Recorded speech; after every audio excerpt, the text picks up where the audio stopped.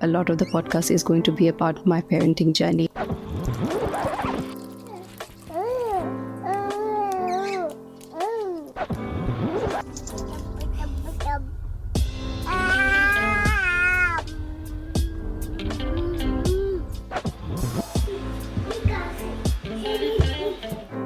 Welcome to Indian born, Aussie bred.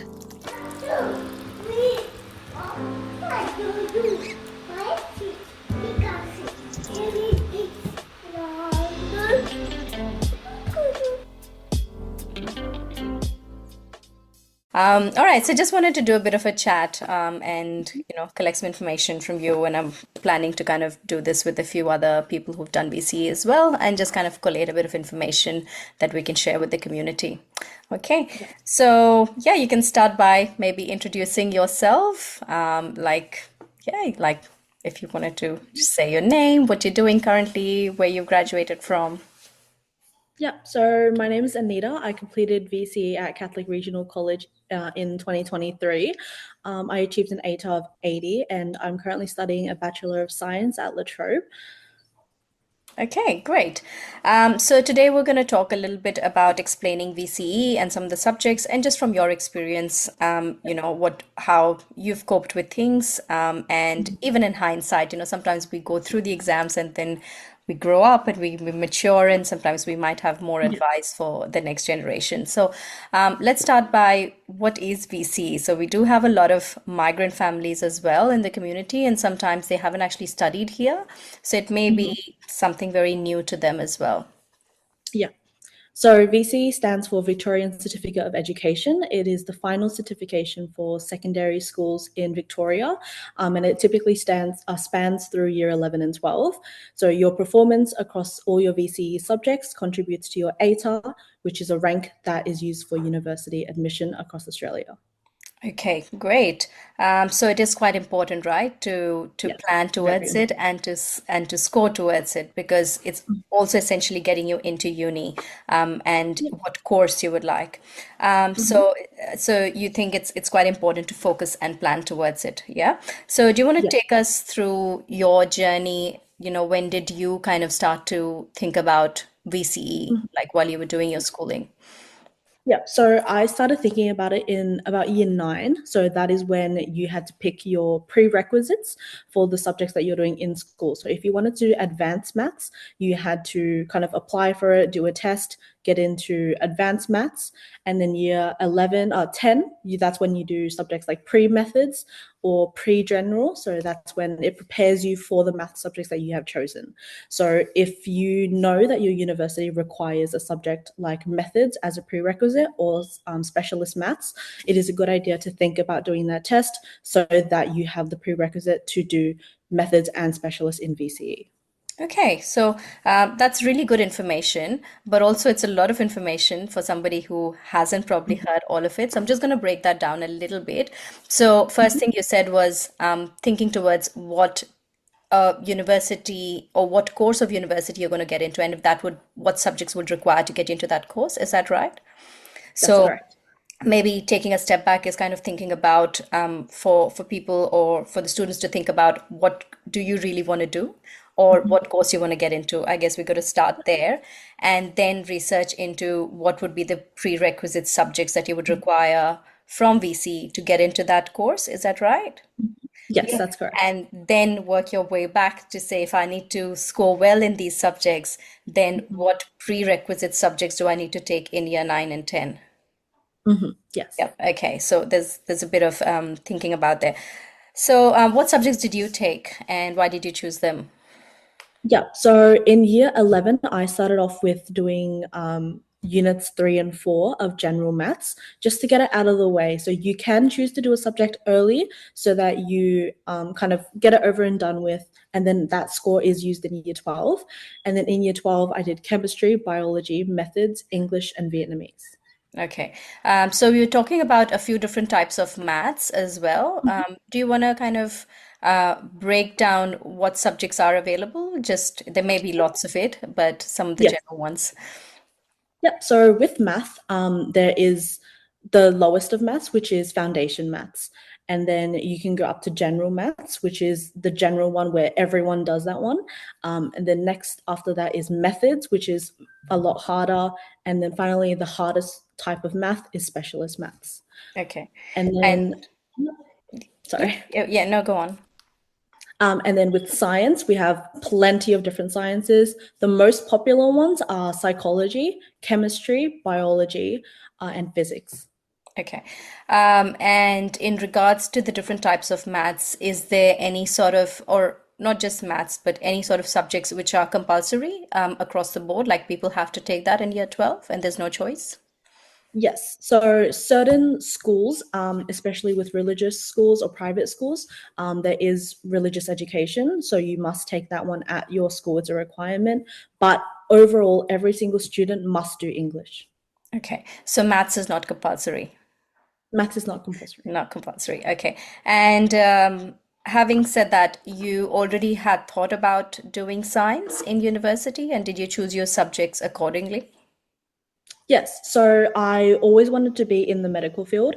So what I went through was just you don't know what university you want to go through when you're that young. So go through all the websites, kind of figure out what the general subjects that are required to be admitted into those subjects. So I started thinking about do I actually want to be in that field? Am I good at those subjects? Do I enjoy doing those subjects? And that's how I kind of chose what I was going to do in year 11 and 12. Okay, great. And did your parents play a role in selecting those subjects, or did you have a school counselor or anything like that that also helped shape your thoughts? Yeah, when I was in year kind of 8, 9, 10, I still didn't really know what I wanted to do. My parents gave me plenty of options. They told me the pros and cons of each subject. So when I chose something, they would tell me, okay, that's a great subject, but here are the pros, here are the cons. So, for example, there's not a lot of job opportunities for certain careers, or it's a very competitive kind of Field. job in the future. So, yeah, so you kind of have to think about the pros and cons, but they were overall very, very supportive. They were very happy with what I finally chosen. And also, it's very important to kind of think about what would affect them in the future as well. Um, yeah. Okay, great. And in hindsight, would you change any of your choice of subjects? Yeah, there were maybe one or two subjects that I kind of dabbled in for a little bit where I kind of thought, oh, maybe this isn't for me. So, for example, biology is something that I did take in year 11 and 12 because it was a requirement for my subject. But kind of thinking about it, it wasn't the subject that I was best at. I didn't really enjoy the classes. So maybe I could have replaced it with something else that was acceptable for my university or chosen a different university to go to where I didn't have to do it. But ultimately, it led to a lower ATAR when I could have done something that I actually liked and gotten a higher ATAR. Okay, well, that's I think a very good advice because what I'm getting out of that is also different universities offering the same course can have different prerequisite of subjects. So it Yes. might be good for you to not only think about what course you're doing, but also if you have a choice of university that you really want to get into, Mhm. or even research the same course across different universities and see which of the subjects fit you. Yeah, Yeah. yeah, okay, great. And how equipped do you think schools are to guide kids in this manner? So you know maybe your parents were giving you some advice, Yeah. but in general, like you know through your friends or you know through Mhm. other people that you've got exposure to, how equipped do you feel different schools and kids are to make that decision for themselves? Yeah, so every student is very, very nervous when you're choosing your subjects. So, but schools do give you a lot of options. You are allowed to switch subjects with a reasonable amount of time left. But yes, all schools have subject counselors. So if you're unsure of what you want to do, you can go in. They'll talk to you about what subjects you enjoy, what subjects you're good at, what you want to kind of look into for the future. We had a specific subject in school where you sat down, kind of just thought about yourself for a minute, where you kind of just think, oh, is this what I want to do? But they'll still give you advice, same as the parents would. on a kind of basic level where it's like, oh, this is what's doing well in society right now. This is what's not doing well. And they'll Hmm. kind of give you the graphs on what's like the highest achieving subjects and then the lowest. Yeah. Okay, well, that's good. And is that something that everybody gets exposure to? Yes, every year 11 and 12 has to go through that program, especially with schools. The counseling is a little bit different because you do have to kind of use your intuitive to go and kind of have an Approach them. appointment with them. Mm. But a careers subject is what we called it, is what everyone has to go through. Okay, well, that's really helpful because even if somebody was very shy or didn't know that they could go and get Mhm. some counseling help, it's good to know that some, at that stage, schools are still doing their bit of exposing the kids to that. Um, and what role did your parents play, or what role do you think parents should play planning up towards VCE for their kids? Yeah, so obviously VC is very important. Your ATAR is very important. So it's good to be kind of helpful and supportive in that, but obviously don't push them too much because pressure does get to students. Don't kind of, if your student doesn't know what they want to do yet, it's good to give options, but don't choose for them. So don't tell them you have to do this, you have to do that, you have to go to this university. It is a good push, but sometimes it gets too much and then the student kind of loses their track. It's Yeah. good to give options of what they should do, what's doing well, but obviously don't push them to do anything. And when do you have to make this choice? Because you said you make a choice and then you have some time period to change the choice as well. Yeah. So up until year 12, there is always a choice to switch to unscored. So unscored is another type of VCE where you are still doing the subjects, but it is not scored. So some universities do take students that do unscored subjects where they'll take in the subjects that you did, but not look at any results that you've had. Um, but you can switch to unscored anytime during 11 and 12. But ultimately, you do have to kind of think about it before the end of year 11 because year 12, so 3 and 4 units is what applies to your your ATAR. Mhm. So before year 12 is when it's a good time to think, oh, do I actually want to do this? Okay, so are there a minimum number of subjects which you have to take? There's a compulsory, like 4 or 5 subjects that you have to take, and then there's additional subjects that you can take. So the minimum is 4 subjects, including English. So English always has to be at the top. 100% of English will be taken into your ATAR. The other 3 subjects, 100% of those will be taken, but it is your 4 highest subjects. And then after that, you can do a maximum of 6 subjects. So the bottom two, 10% of those subjects will be put into your ATAR. Okay, so if somebody took a subject, so say they took 5 or 6 subjects in year 11 and coming into year 12, like you were saying, you're not feeling very sure about scoring well on that subject or maybe taking that subject, so you can change it into an unscored subject. Is that right? Yeah, so if you choose to do unscored, all subjects must be unscored. Oh, If okay. you, yeah, if you only want to do English unscored, that is okay too, but that is only for English. But then how does that affect your ATA? Like what subjects, if you go into unscored category, how does that affect your scoring? Like, how do you get in your ATA? So English, sorry, I messed that up. English has to be scored. Every other subject can be Yeah, that's unscored. what I thought. Yeah. You won't get an ATAR for your subject. You'll just get a study score for English. Okay, but and you have to know that the university that you're applying for is okay to accept that. That's Yeah, correct. okay. Do all universities ask for ATA? No, not all universities ask for ATAR. If you are a first year university student, majority of the universities will ask for your ATAR. After 1 year, your ATAR does expire. So Okay. after 1 year, they will just look at your subjects that you've done as a prerequisite. But yeah, your ATAR expires after 1 year. Okay. And is there a generally a good ATA to aim towards?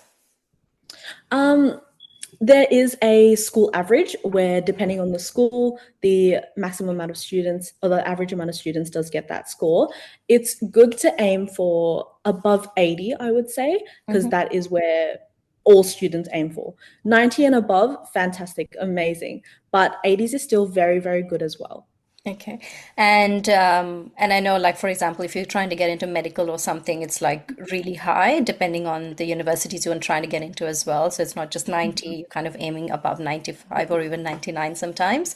Mhm.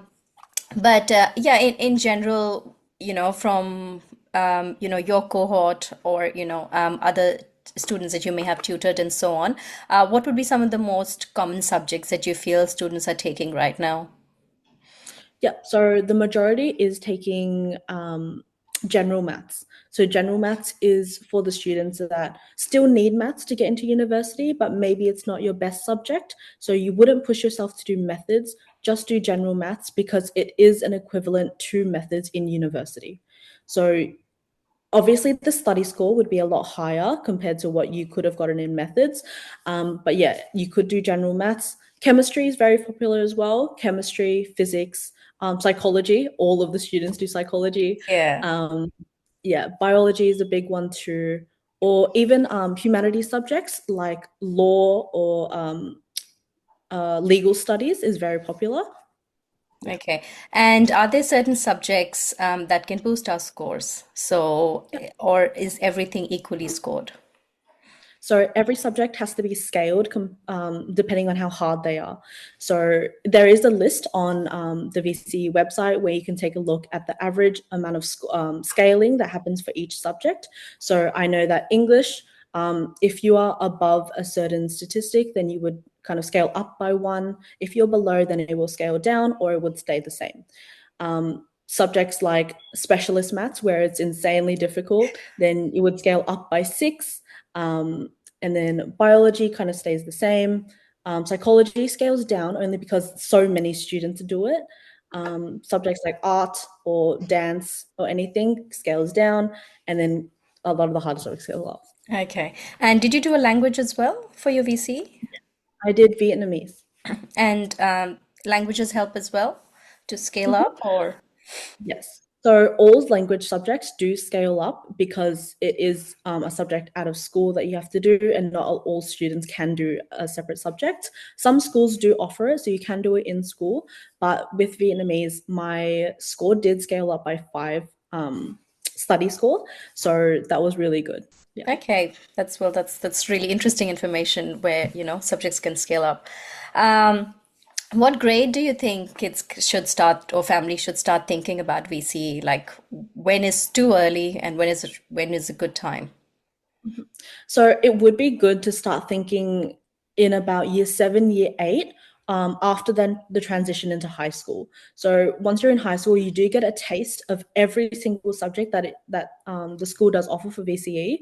So while you're doing those subjects, it's good to think about, oh, I really like this subject, or maybe I don't. But yeah, probably year 8 to 9 is a good time to think. Okay. And there's a lot of talks about tutoring at the moment. So do you think that's overrated or does tutoring help? Tutoring definitely does help. I did tutoring for almost my whole life, and it did keep me on track. Even though days where you don't feel like you need any help with anything, it's still good to go because it gives you that routine. It gives you that kind of motivation to keep going. If you just stay at home to study, you sometimes don't have that motivation. So Hmm. with an extra teacher there to kind of push you or take you ahead of the content, it will make you feel a lot more confident once you come into school. Yeah. Okay, great. Um, and with kids who are already in year 12 and say VC is this year for them towards the end of the year, how do you think they should prepare themselves coming up to VCE? And any tips that you have? So it's definitely a good kind of skill to start practicing your practice exams. So I tried to do everything 6 months before my exams were held so that you have enough time to go through all of the resources, go through everything that you don't know or you haven't learned yet. But yeah, doing practice exams is the best way for you to practice so that you get a kind of idea of what the timestamps are like, or like how quickly you have to do each question. So you get used to the kind of the timed format and working under. Yeah. That thing. Okay, great. And that's something you can do on your own as well. The practice exams are easily accessible, so you could practice Yes. them on your own to do it. Okay, great. And with do you think, like, if I talk about different types of schools, we've got Catholic schools or private schools and public schools. Does choice of subjects or scoring of VCE or ATAR, does it vary across schools? Yes, it does. So, depending on how well your school usually does, your ATAR can be scaled up or down. So, if you go to a school that is, like, for example, some government schools I know have lower scaling because some of their SACs, some of their tests are a lot easier than grammar schools, private schools. So, it does scale down just so that the schools are comparative. Okay, so does that mean some of the more high performing schools can usually get scaled up? Yes, that's correct. Okay, all right, great. Yeah, I think that gives us a good idea. A few of the questions that I had in mind, and I think I've learned a bit as well. Was there any other final words or anything more you wanted to share from your experience, something you wanted to let people know? Yeah, so obviously VC is very, very important, but it's also your last year in school. So obviously enjoy your time. Don't push yourself too hard. Obviously push yourself because it's what matters in university, but still enjoy time with your friends and go out and just enjoy your last year of high school. Absolutely. I think fondest memories for me has always been schooling, and that life never comes back. Yeah, So perfect. Thanks for joining today, Anita, and thanks for your valuable insight. And yeah, thanks for joining today. thank you so much for your time. We'll finish up here. Just